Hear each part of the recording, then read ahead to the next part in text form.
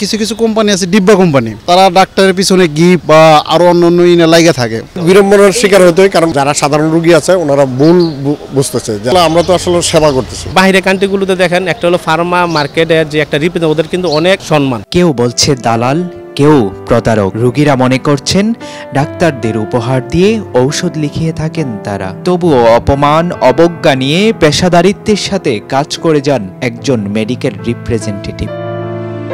খুব বুড়ে pant shirt পরে পরিপাটি হয়ে বেরিয়ে পড়েন মানুষগুলো। অন্য সবাই যখন অফিসে ছুটে তখন তারা বাইক নিয়ে হাসপাতালের দিকে যান।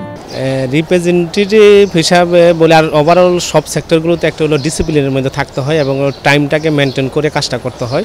আমাদের ফার্মা সেক্টরগুলোতে আমরা যারা রিপ্রেজেন্টেটিভ হিসাবে কাজ করতেছি, ওদেরও সকাল আমাদের 8:30 থেকে আর কি কাজটা শুরু হয়। 8:30 থেকে আমাদের রিপোর্টিং জাস্ট 2টা পর্যন্ত আমরা বলি।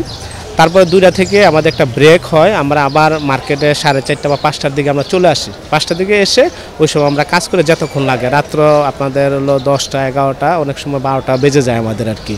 ওইটা বেসিক্যালি ডিপেন্ড করে হলো ডক্টরের উপরে। ডক্টর হচ্ছিল মার্কেটে কতক্ষণ আছে ওই বেজের উপর। তা আমার মার্কেটে যখন আসে হতে পারে ডক্টর আমার মার্কেটে 11টায় আসছে, ওই 11টায় আমি ডক্টরটাকে আমি আর ভিজিট টেন শুরু করি আর কি। রোগীরা মনে করছেন তাদের ঝামেলা করাই মেডিকেল রিপ্রেজেন্টেটিভের কাজ। আসলে তাদের কাজটা কি?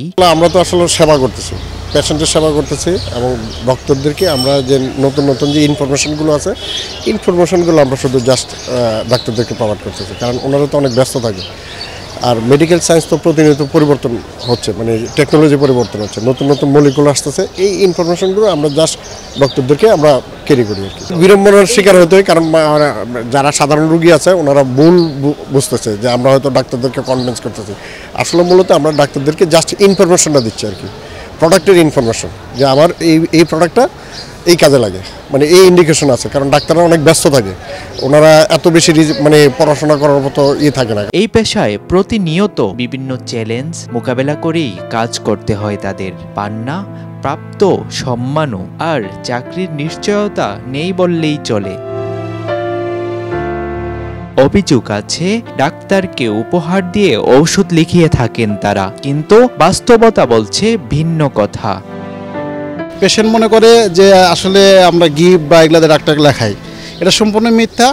কারণ এইটা লেখায় কারা, যারা ওই আপনার যেগুলা ডাক্তার মানে 2 নম্বর ডাক্তার, যাদের কোনো সার্টিফিকেট নাই, তারা এই ধরনের প্রোডাক্ট লেখে। কিন্তু বিশেষ করে ঢাকা মেডিকেল, বড় বড় মেডিকেলগুলো ডাক্তাররা কখনোই লিখবে না। বাংলাদেশের যতগুলো কোম্পানি আছে প্রায় 250টার মতো কোম্পানি আছে। কিছু কিছু কোম্পানি আছে ডিব্বা কোম্পানি, তারা ডাক্তারের পিছনে গিফট বা আরও অন্যান্য ইনে লাগা থাকে, কিন্তু ডাক্তার কিন্তু ওই ধরনের প্রোডাক্ট লেখে না। বিশেষ করে ঢাকা মেডিকেলে সবসময় ডাক্তাররা কোয়ালিটি সম্পূর্ণ প্রোডাক্ট লেখে, যে কোম্পানির প্রোডাক্ট কোয়ালিটি সম্পূর্ণ যত ভালো সেটাই লেখে। এখানে গিফট কোনো ম্যাটার না।